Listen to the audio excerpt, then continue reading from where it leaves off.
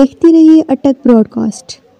میں 5 جہاز انڈیا کے گرائے تھے، اس جہاز کو تباہ کیا گیا، ایمبولینس کو تباہ کیا گیا، ہر پشاور میں ریڈیو اسٹیشن جلایا گیا، وہاں قلعے پہ گئے، فیصل آباد میں آئی ایس آئی کا دفتر، کراچی، کوئٹہ، ہر جگہ، لیکن عقل مندی یہ کی گئی کہ ان کو لاشیں مہیا نہیں کی گئی۔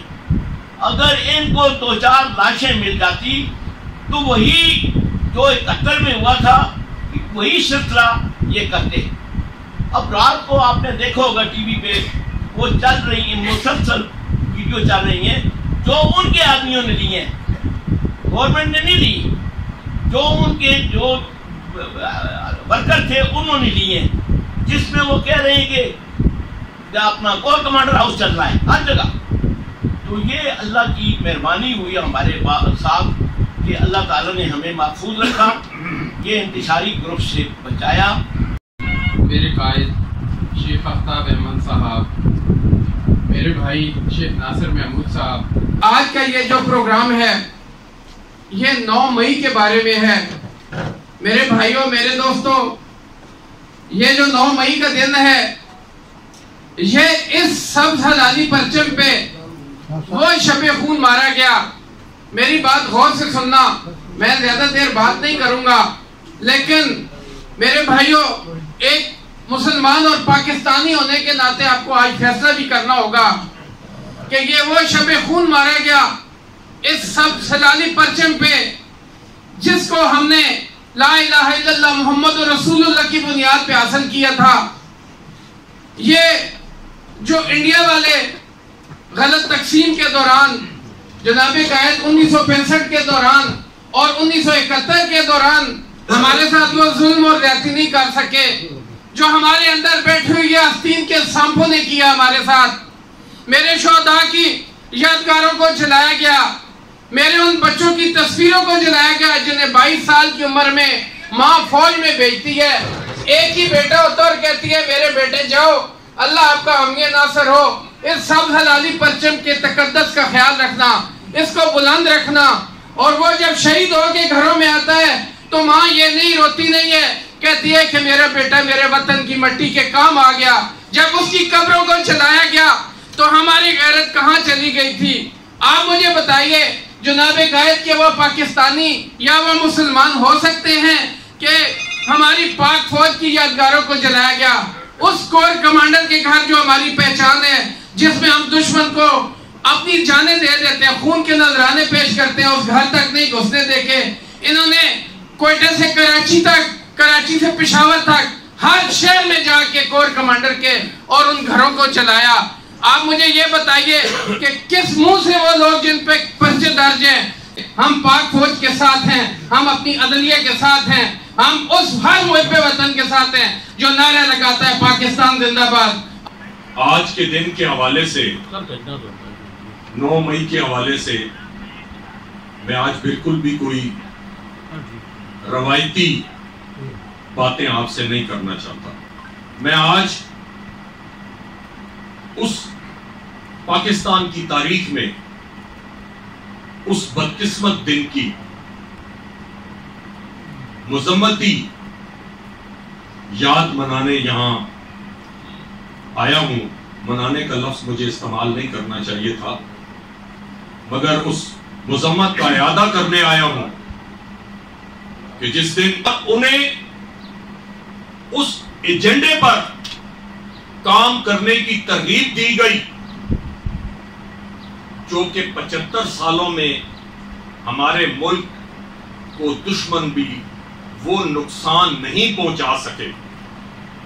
میں اس دن رات کو انڈیا کے میڈیا کو دیکھ رہا تھا، اور انڈیا کا میڈیا اس بات کی خوشی منا رہا تھا کہ یہ ہے وہ پاکستان جو دنیا کی سب سے بڑی فوج کہلاتی ہے، اس کے اپنے کور کمانڈروں کے گھر ان کی اپنی قوم اور اپنے قوم کے لوگوں سے محفوظ نہیں ہیں، تو یہ اپنے آپ کو دنیا کی سب سے بڑی فوج کہتے ہیں۔ یہ شادیانے کون بجا رہا تھا اس دن؟ یہ پاکستان کے دشمن یہ شادیانے، خوشی کے شادیانے بجا رہے تھے. مگر مجھے افسوس اس بات کا ہے کہ وہ پاکستان کی فوج جو دنیا کی بڑی ایٹمی اور عالمی طاقتیں اس خطے میں آئیں اور وہ صرف اور صرف پاکستانی فوج کے ہاتھوں پٹ کر یہاں سے نکلی، جو نہ صرف دشمن سے حربی طریقے سے لڑنا جانتی ہے بلکہ میرے ملک کی وہ خفیہ ادارے جو انہیں انہی سازشوں کا جواب دیتی ہے، اور پوری دنیا میں ہمارے خفیہ اداروں کے نام ہیں. پوری دنیا میں ہمارے خفیہ اداروں کے اور فوج کے، ہماری فورسز کے پوری دنیا اعتراف کرتی ہے. ہم نے اس دن اس بدقسمت گھڑی کیا کیا؟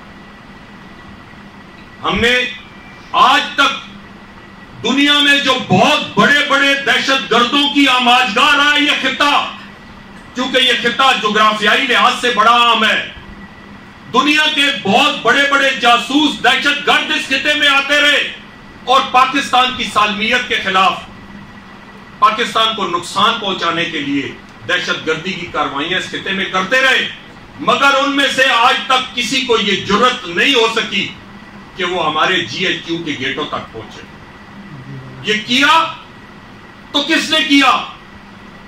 میرے قوم کے نوجوانوں کو ورگلا کر، میرے قوم کے بیٹوں کو ورگلا کر یہ کام کیا. اور پھر یاد رکھیں میری بات، دنیا میں کوئی وہ قوم ترقی نہیں کر سکتی، دنیا میں وہ کوئی قوم اس وقت تک اپنا مقام نہیں پا سکتی جو اپنے محسنوں کو، جو اپنے شہداء کو بلاتی ہے. ہم نے بلانا تو کجا، ہم نے اپنے شہداء کے پتلے جلائے، ہم نے کیپٹن کرنل شیر خان کے مجسمے کو توڑا، اس کو توڑا جو 40 میل اندر انڈیا کے علاقے میں جا کر تنہا شجاعت اور بہادری کی ایک داستان رقم کرتا ہے کارگل میں جا کر. میری قوم کے بیٹوں نے ان مجسموں کو توڑا. یہ پاکستان کو ہم کس طرف لے کے جا رہے ہیں؟ میں سب کو یہاں آنے پر خوش آمدید کہتا ہوں. دیکھیں جی، بات یہ ہے کہ میٹنگز تو ہم کرتے ہی رہتے ہیں، کبھی الیکشن کے سلسلے میں، کبھی 28 مئی کے سلسلے میں، کبھی یوم پاکستان کے سلسلے میں، کیونکہ وہ ہمارے تاریخی دن ہیں. 14 اگست کو اس لیے کرتے ہیں کہ اس دن پاکستان آزاد ہوا. 28 مئی کو اس لیے کرتے ہیں کہ اس دن پاکستان ایک ایٹمی ملک بنا اور نواز شریف صاحب نے چاوی کے پہاڑوں میں بٹن دبا کر پاکستان کا ایٹمی دھماکہ کر دیا، جس سے پاکستان ایک ایٹمی ملک بن گیا. یہ دن ہم بڑی خوشی سے مناتے ہیں.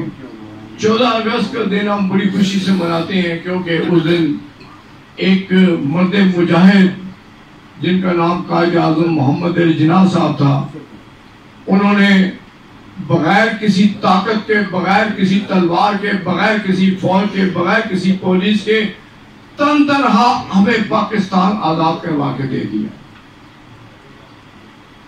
لیکن آج کا دن 9 مئی جب دنیا ٹیلی ویژن پر یہ مناظر دیکھتے ہیں کہ شہیدوں کی قبروں کی بے حرمتی کی جا رہی ہے، جب وہ دیکھتے ہیں کہ نشان حیدر لینے والے کا پتلا جلایا جاتا ہے، جب قوم دیکھتی ہے بلکہ پوری دنیا دیکھتی ہے کہ قائد کا گھر جو کور کمانڈر کے گھر تھا اس کو جلا دیا جاتا ہے، اس کی توڑ پھوڑ کر دی جاتی ہے، تو پھر یہ ہمارا شرم سے سر جھک جاتا ہے اور ہم سوچتے ہیں کہ دنیا کو ہم کیا منہ دکھائیں گے. جب 9 مئی کے واقعات کو وہ ٹیلی ویژن پر دیکھتے ہیں تو ہمیں تو شرم آتی ہے کہ ہم نے کیا کیا. ہمیں یہ ایسا نہیں کرنا چاہیے تھا. سیاستدان تو ملک بناتے ہیں، انہوں نے تو قوم کی تربیت کرنی ہوتی ہے، اور انہوں نے تو قوم کو ایک سیدھا راستہ دکھانا ہوتا ہے.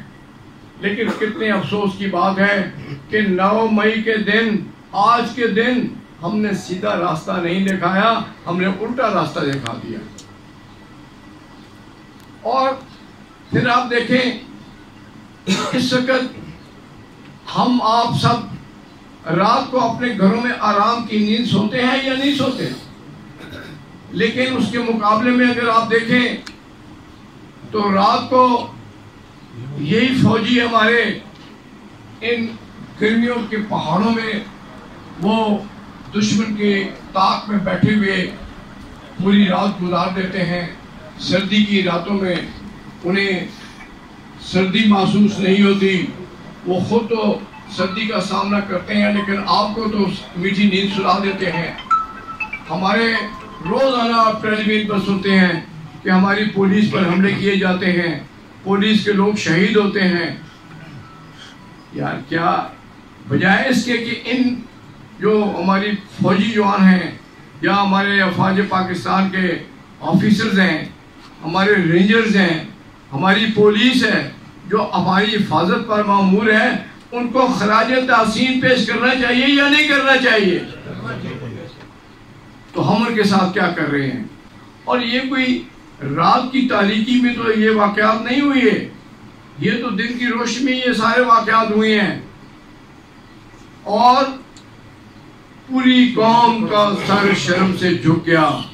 میں جس طرح کے ناصر بھائی نے بھی کہا ہے کہ انہوں نے انڈیا کے پروگرام میں سنا، خود کئی دفعہ انڈیا کے پروگراموں میں میں نے سنا کہ وہ خوشی کا اظہار کرتے ہیں.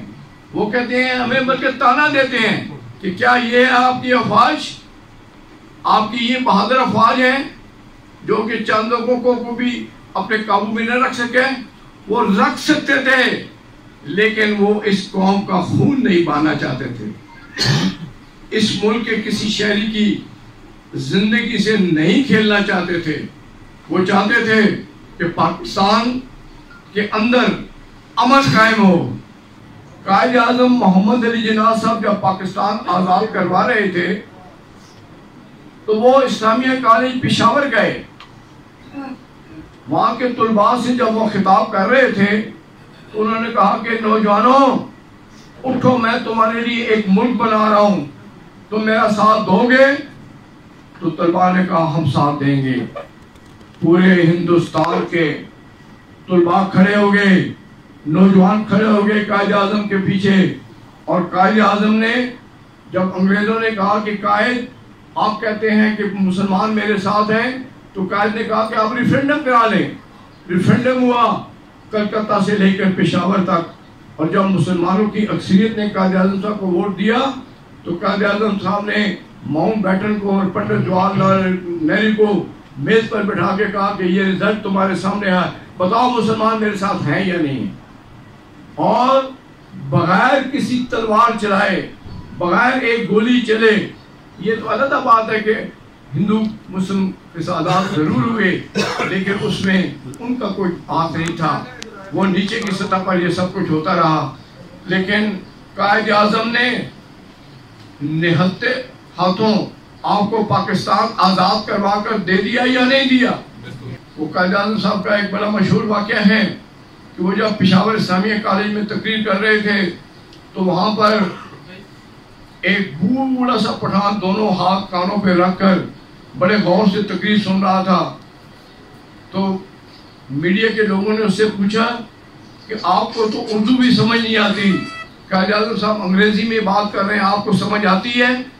تو انہوں نے کہا ہمیں سمجھ مجھے نہیں آتی کہ کیا کہہ رہا ہے، لیکن جو کہہ رہا ہے وہ ٹھیک کہہ رہا ہے. ISPR کی انہوں نے بالکل صحیح کہا کہ سیاسی لوگوں کو آپس میں مذاکرات کرنے چاہیے. میں خود اس بات کا حامی ہوں کہ جتنی بھی پارٹیاں ہیں وہ سب ایک گول میز پر بیٹھ جائیں، آپس میں مذاکرات کریں، جو بھی خدشات ہیں ان کو دور کریں، جو بھی گلے شکوے ہیں ان کو دور کریں، اور ایک دفعہ پھر پاکستان کی بقا کی خاطر اکٹھے ہو کر آگے چلنے کی کوشش کریں تو یقیناً پاکستان دنیا کا ایک عظیم پاکستان بن سکتا ہے انشاءاللہ.